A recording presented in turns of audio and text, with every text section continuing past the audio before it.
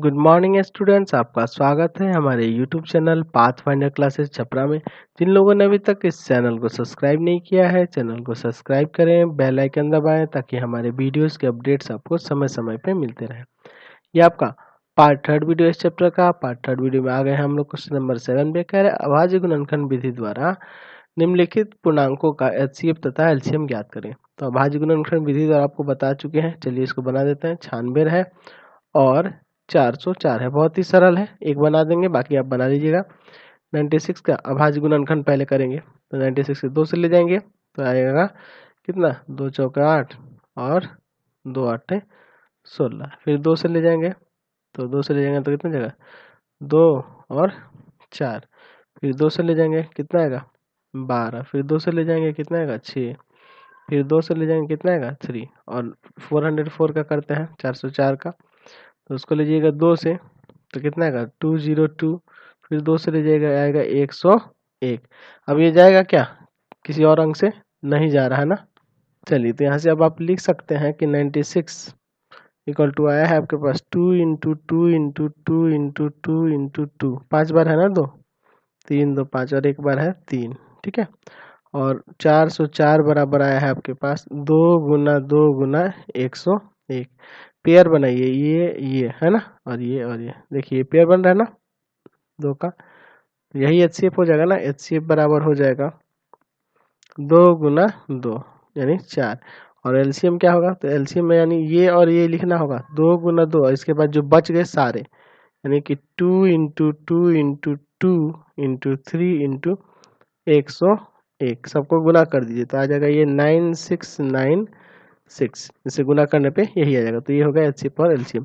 बाकी इसमें का आप उसी तरह बना दीजिएगा। क्वेश्चन 8 भी देखिए क्या कह रहा है कि पूर्णांकों के निम्नलिखित युग्मों के एचसीएफ और एलसीएम ज्ञात करिए तथा सत्यापित करें कि दो संख्याओं का गुणनफल एचसीएफ गुना एलसीएम के बराबर होता है। तो देखिए पहला क्वेश्चन जो था, जैसे 7 का 1 था, वही हम छोड़ दिए हैं। देखिए ये आया था ना 4 और 9696 आया था ना एलसीएम और एचसीएफ।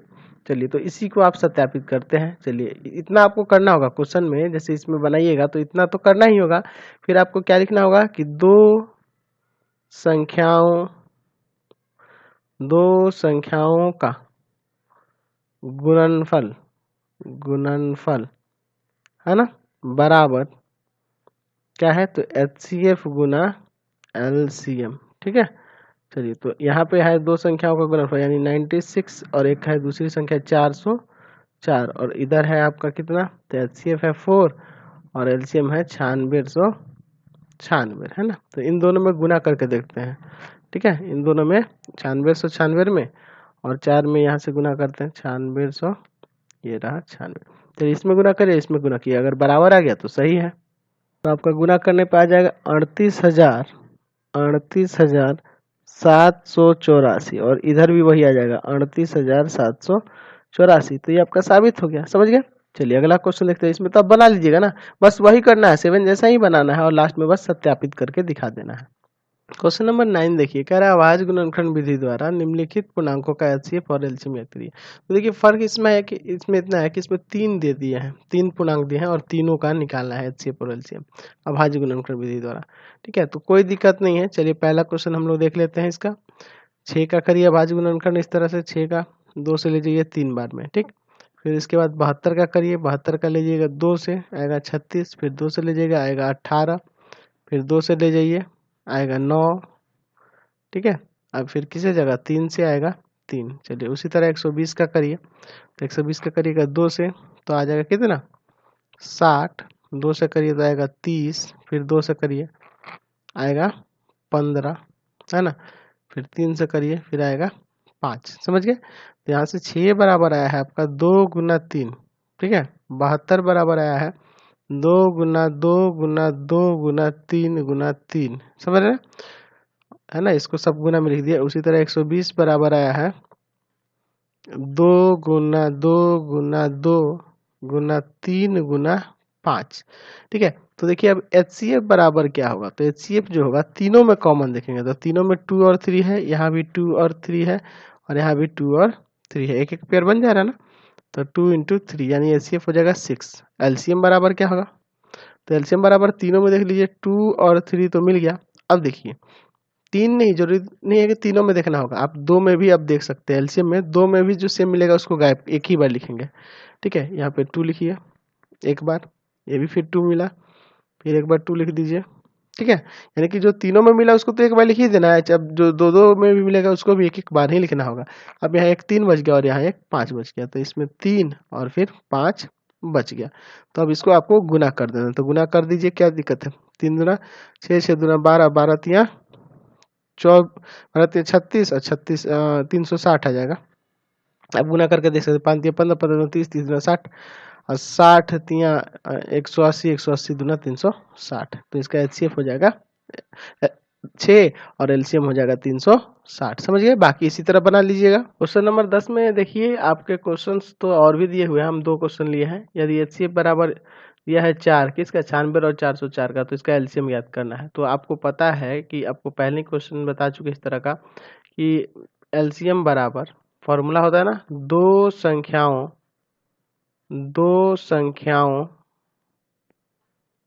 का गुणनफल बटा एचसीएफ, ये बता चुके हैं ना फॉर्मूला पहले। दो संख्याएं कौन कौन सी है, तो 96 है और 404 है, और एचसीएफ क्या है, तो एचसीएफ है 4। तो 4 से इसको काट दीजिए 101। चलिए इसमें से इसमें गुना कर दीजिए तो आ जाएगा 9696। समझ गए। चलिए उसी तरह इसका दूसरा जो है, दूसरा यहाँ आपको एलसीएम दिया हुआ है, एचसीएफ निकालना है। तो आप एचसीएफ बराबर फॉर्मूला जानते हैं कि एचसीएफ बराबर होता है दो संख्याओं का गुणनफल और बटा में एलसीएम, बटा में क्या होता है, एलसीएम होता है ना। तो दो संख्या है 72 और 126, और एलसीएम क्या है, तो एलसीएम आपका क्या है 504 है, 504 है। तो अब इसको काट सकते हैं इससे, तो 126 से ये कट जाएगा ना, कितना बार में कट रहा है, तो 126 से ये कट जाएगा आपका 4 बार में, और 4 से इसको काट दीजिए, कितना बार में जाएगा 18 बार में ना। तो यहाँ से एचसीएफ कितना हो जाएगा 18। समझ गए। क्वेश्चन नंबर 11 देखते हैं, कह रहा है कि जांच करें कि क्या n belongs to n, n belongs to n कहने का मतलब देखिए, स्मॉल n जो है यहाँ जो है ये बिलोंग कर रहा है एक नेचुरल नंबर से, यानी कि n क्या है, एक प्राकृत संख्या को डिनोट कर रहा है के लिए, यानी 15 का पावर n, यहाँ n क्या है, एक प्राकृत संख्या है का इकाई अंक शून्य हो सकता है। इकाई अंक मतलब समझते हैं, जैसे मान लीजिए आप लिखे 15 का स्क्वायर 225, तो ये क्या कभी यहाँ पे कभी जीरो आएगा, यानी 15 का क्यूब रखिएगा तो 15 का क्यूब निकालिएगा, 15 का पावर 4 निकालिएगा, 15 का पावर 5 निकालिएगा, तो क्या ये इकाई वाला जो अंक आएगा कभी जीरो आ सकता है, यही आपको साबित करना है कि आएगा कि नहीं आएगा, इसको दिखाना है आपको। तो हम देख रहे हैं कि ये जो 15, पहले ही क्वेश्चन देखते हैं, 15 का पावर n है, इसको आप लिख सकते हैं 3 गुना 5 का पावर n, यानी कह सकते हैं कि n के किसी भी मान पर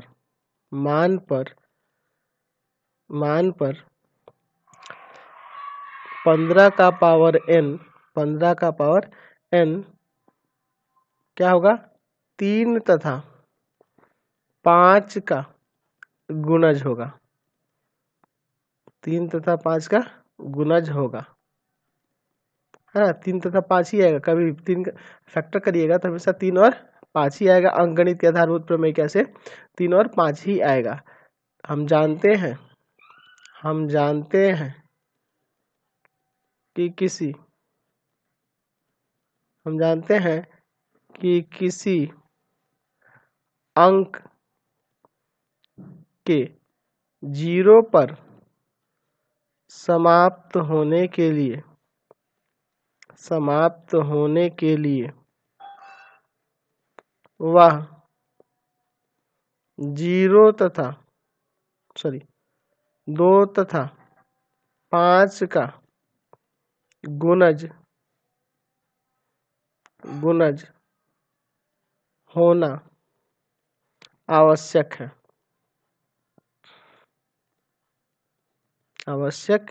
कहने का मतलब क्या है कि जैसे मान लीजिए अगर देते हैं 2 और 5 का गुणज होगा तभी ना 2 पंजे 10 हो जाएगा। कभी भी 0 पे समाप्त होने के लिए आप चाहे 10 का स्क्वायर करिए तो 10 का स्क्वायर 100 होता है, तो 100 में जो फैक्टर आएगा हमेशा 2 और 5 ही आएगा। यानी कि किसी भी अंक का 0 पर समाप्त होने के लिए क्या होना चाहिए, तो लास्ट में या तो 2 और 5 दोनों होना आवश्यक होता है। 2 और 5 दोनों होना आवश्यक होना चाहिए, लेकिन इसमें सिर्फ 5 है, 2 नहीं होगा, 2 कभी भी नहीं आएगा। अतः यहाँ कह सकते हैं, अतः 15 का power n, n belongs to n के लिए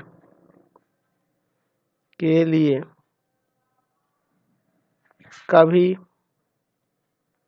0 पर समाप्त नहीं होगा। यानी कि इसके इकाई स्थान पर कभी भी 0 नहीं आएगा।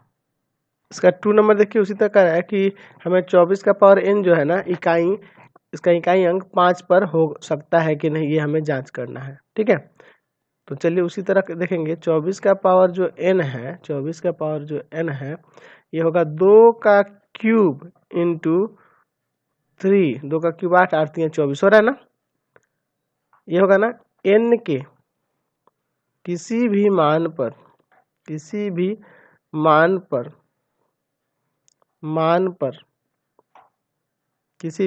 n के कोई भी मान रखिएगा तो इसका गुण ये क्या आएगा, 2 आएगा या 3 आएगा, 2 या 3 गुणज के रूप में प्राप्त होगा। 2 या 3 गुणज के रूप में प्राप्त होगा। समझ रहे हैं ना।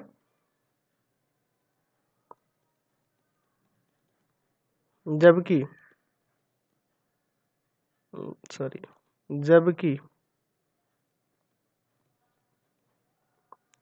किस पे, तो 5 पर समाप्त होने के लिए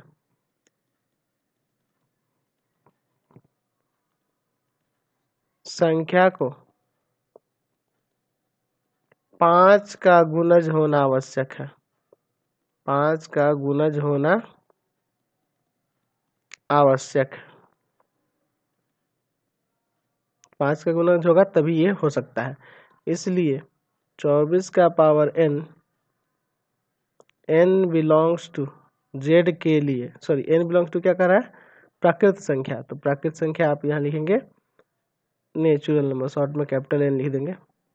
natural number n belongs to के लिए कितना पे लिख रहा था, 5 पर समाप्त नहीं होगा। ठीक है, ये भी 5 पर समाप्त नहीं होगा। उसी तरह इसको भी दिखा सकते हैं। ये 3 गुना 7 का पावर n होगा ना, तो ये 0 पर समाप्त होने के लिए, इकाई अंक इसका 0 पर समाप्त होने के लिए क्या होना चाहिए, तो 2 और 5 का गुणज होना चाहिए, जो कि नहीं हो रहा है। तो इस तरह से आप इसको भी दिखा सकते हैं। समझ गए। तो ये बहुत ही इजी क्वेश्चन है, इसको बना सकते हैं आप। क्वेश्चन नंबर 12 में क्या रहा है कि व्याख्या करें कि 7 इंटू 11 इंटू 13 प्लस 17 एक भाज्य संख्या। तो ये तो बड़ा ही सिंपल है।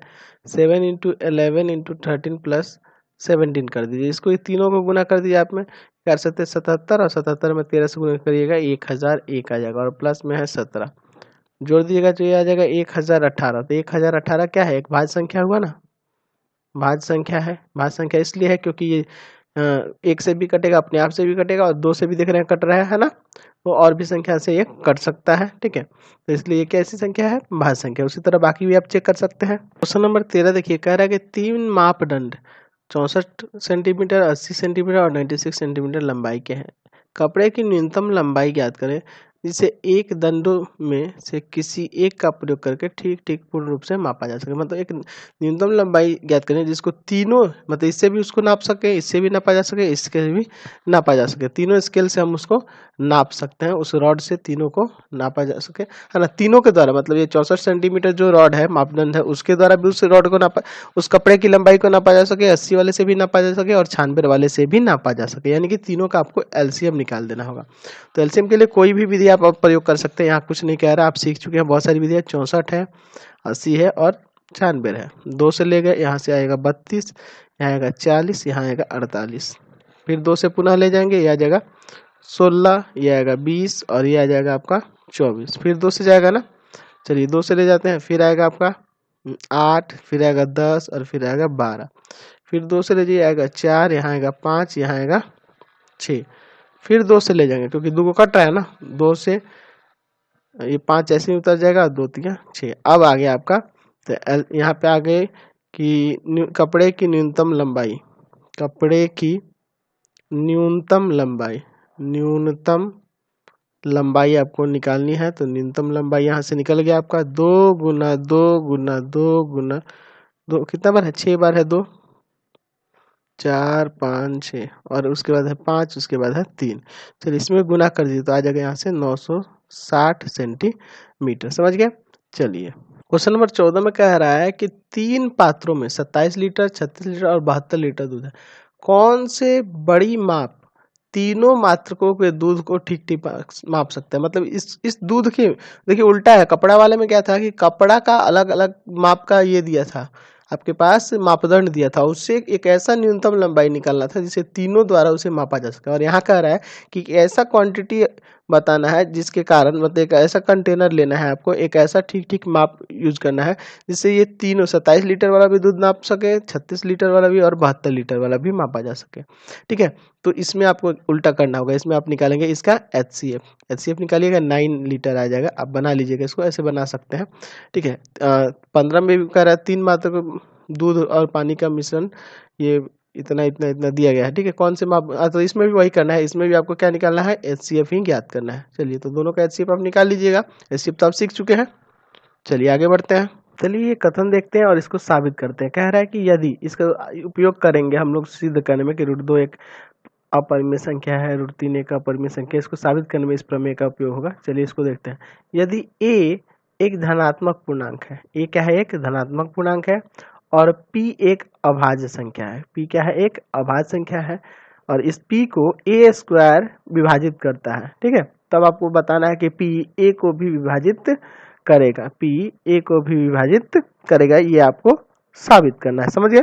चलिए हम लोग देख रहे हैं, इसमें दिया हुआ है कि a एक धनात्मक पूर्णांक है, ये क्या है, एक धनात्मक पूर्णांक है, और p एक अभाज्य संख्या है, अभाज्य संख्या है जो a² को विभाजित करती है, विभाजित करती है। अब देखिए जब a² को विभाजित कर दे रहा है p एक अभाज्य संख्या है जो a² को विभाजित कर दे रहा है। तो अभाज्य संख्याएं क्या होती हैं, तो एक तो होगा नहीं, एक से बड़ा होता है, 2 होगा, 3 होगा, 5 होगा, 7 होगा। तो जब वो ऐसी संख्याएं हैं, यानी कि a भी कुछ ऐसी संख्या होगी जब उसको विभाजित कर दिया, यानी कि a का भी मान, अतः ये कह सकते हैं कि अतः a एक धनात्मक पूर्णांक है जो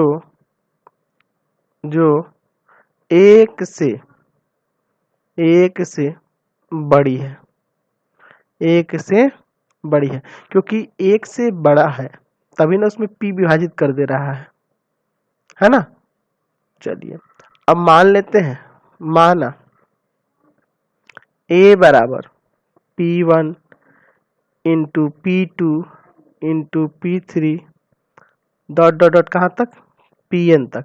कहने का मतलब a जो है एक धनात्मक पूर्णांक है जिसका अभाज्य गुणनखंड करने पर p1 p2 p3 ये सब अभाज्य संख्याएं प्राप्त होती है। यानी कि यहाँ जो है p1 p2 p3 ये जो जितने भी दिए गए हैं, कॉमा देके लिख रहे हैं, ये सब क्या है, pn तक, ये सब क्या है, अभाज्य संख्या है, अभाज्य संख्या है। कहने का मतलब ये है कि ये जो a है ना, तो a का अभाज्य गुणनखंड करने पर ये अभाज्य संख्याएं प्राप्त हुई है गुणनफल के रूप में, गुना के रूप में। समझ रहे हैं ना। अच्छा, इसका मतलब आप ये कर सकते हैं, दोनों तरफ स्क्वायर लगा देंगे तो हो जाएगा P1 square into P2 square into P3 square dot dot dot कहाँ तक, Pn के स्क्वायर तक।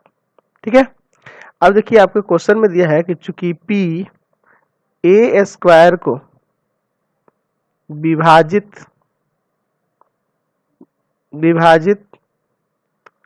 करता है, चूंकि P a स्क्वायर को विभाजित करता है, इसलिए ये कह सकते हैं ना कि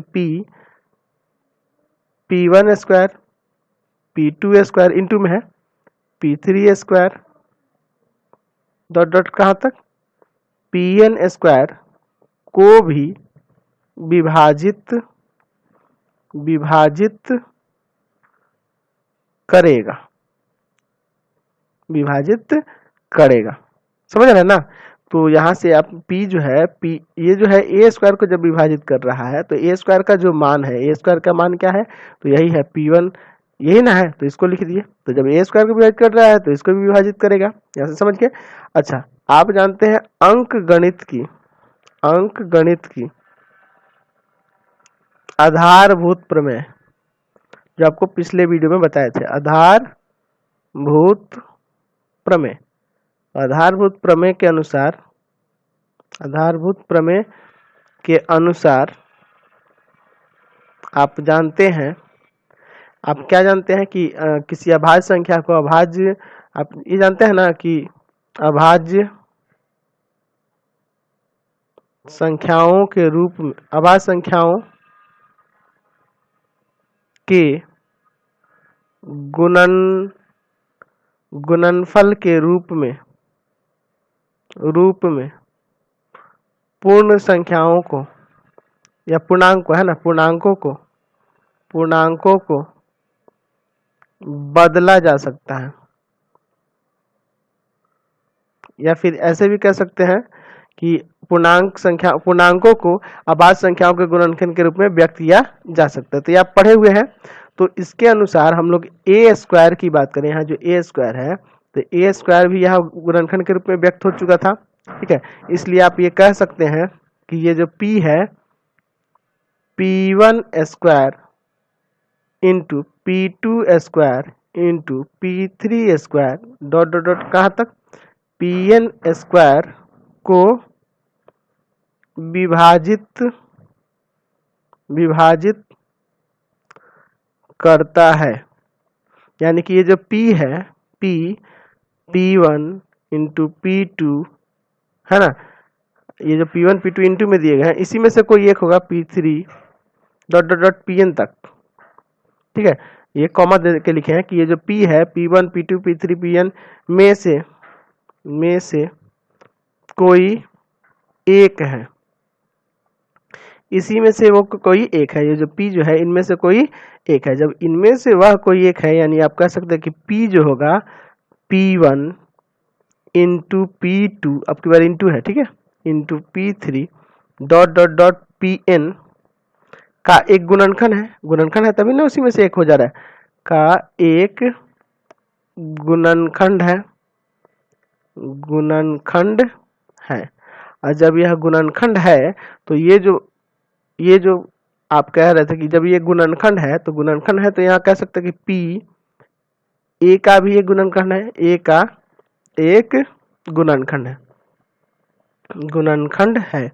क्यों? क्योंकि ये जो a का मान जो है, a का मान आप ऊपर इंटू में लिखे थे ना, P1 P2 P3 माने थे Pn तक, तो इसको हटा के a लिख दिए। और जब a लिख दिए तो यहाँ से आप कह सकते हैं, इसलिए P a को विभाजित करता है, ये आपका साबित हो गया। तो इसमें आप इस रूल का उपयोग कब करेंगे, तो हम लोग जब इसमें साबित करेंगे ना कि √2 एक अपरिमेय संख्या है, √3 एक अपरिमेय संख्या है, वहां पे इसका उपयोग होगा। तो इसमें निष्कर्ष क्या निकला, कहने का निष्कर्ष यही मतलब निकला कि अगर P एक अभाज्य संख्या है और a कोई धनात्मक पूर्णांक है जो a स्क्वायर को विभाजित करता है, यानी कि P जो है अगर a स्क्वायर को विभाजित करता है तो P a को भी विभाजित करेगा, P a स्क्वायर को विभाजित करता है तो P a को भी विभाजित करेगा। यही इसका कंसेप्ट है मेन।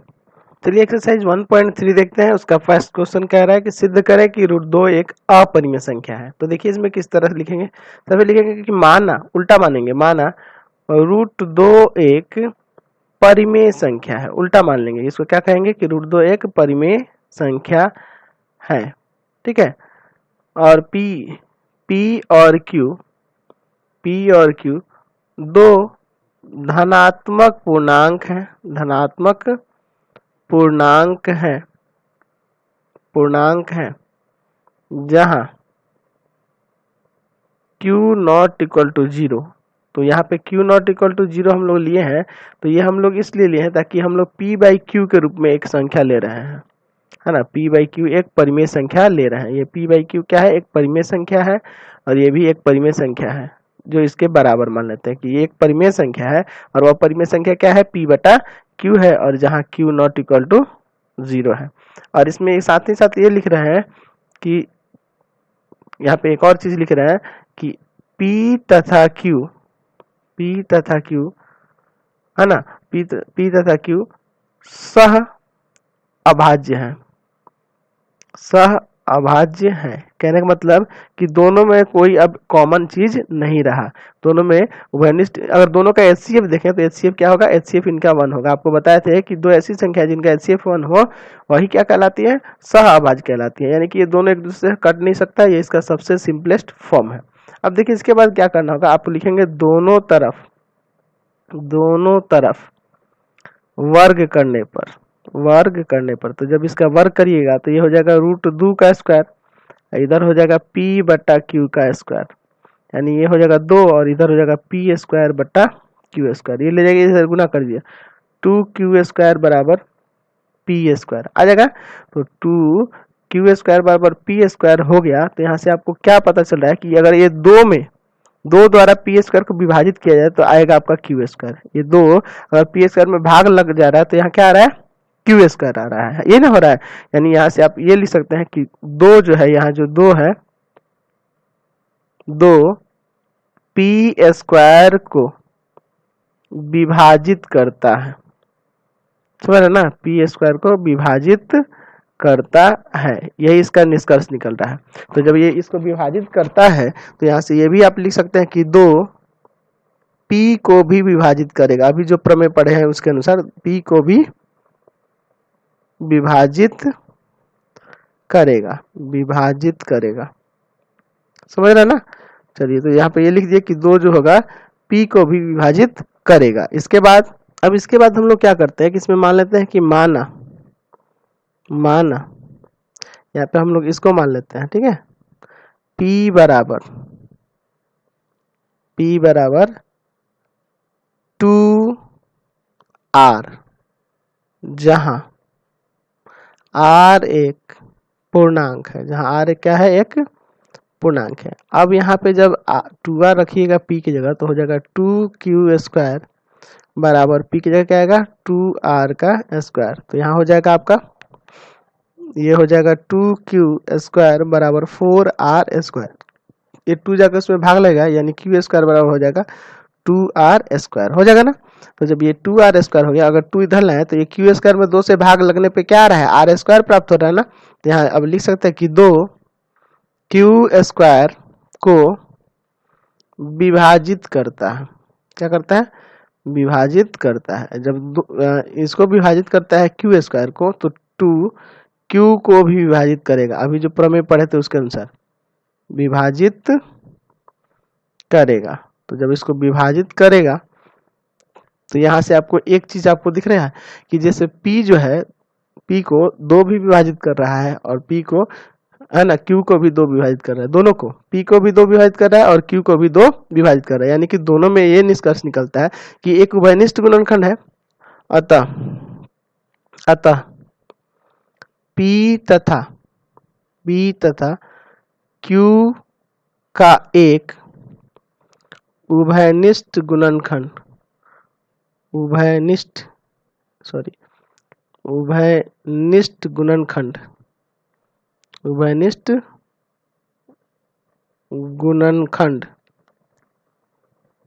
2 है।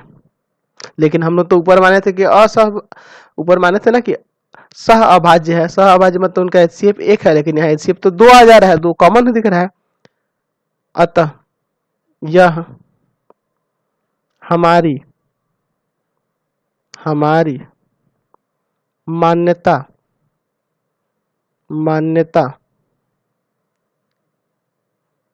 के P तथा Q सह अभाज्य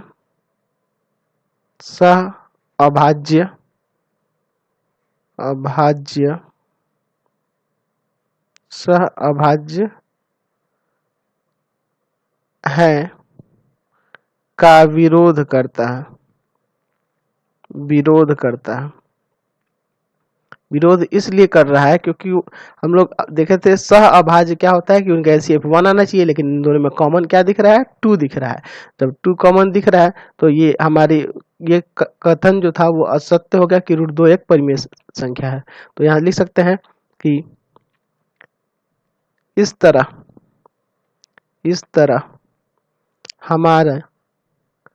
हमारी मान्यता गलत हुई कि √2 एक परिमेय संख्या है। हमारी ये मान्यता गलत हुई कि √2 एक परिमेय संख्या है। अतः √2 एक अपरिमेय संख्या है। समझ गए? इसमें सबसे पहले हम लोग दिखाया है P और Q लिए ऐसे कि दोनों असहभाज्य है, और उसके बाद हम लोग क्या लिख लिए थे कि √2 बराबर P बटा Q, क्योंकि ये परिमेय संख्या माने है, ये भी एक परिमेय संख्या का ही रूप है और Q नॉट इक्वल टू 0 है, और P और Q क्या है, सह अभाज्य, इनका HCF क्या है, 1 है। स्क्वायर की यहाँ से दिखा दिए कि 2 P को भी विभाजित कर रहा है और 2 Q को भी विभाजित कर रहा है। तो P और Q दोनों को विभाजित कर रहा है, यानी कि दोनों में उभयनिष्ठ गुणनखंड 2 है। लेकिन हम लोग पहले माने हुए थे कि ये असहभाज्य है ना, सह अभाज्य है, जिसका क्या हो रहा है, ये इसका विरोध कर रहा है कि नहीं, ये विरोध कर रहा है। तो इसलिए हम लोग यहाँ से लिख देंगे कि √2 एक परिमेय संख्या जो है, ये हमारी मान्यता क्या हो गई, गलत होगी। अतः √2 क्या है, एक अपरिमेय संख्या है। तो इसी के साथ इस वीडियो को एंड कर देते हैं। चैनल को सब्सक्राइब कर दें, बेल आइकन दबा दें, ज़्यादा से ज़्यादा दोस्तों में शेयर करें, और कमेंट बॉक्स में लिखिए कि हमारा वीडियो आपको कैसा लगता है, और इससे कोई रिलेटेड आपको लिंक की जरूरत हो तो हमारे व्हाट्सएप नंबर 7301778899 पे व्हाट्सएप करके अदर चैप्टर्स का लिंक प्राप्त कर सकते हैं। Thanks for watching the video.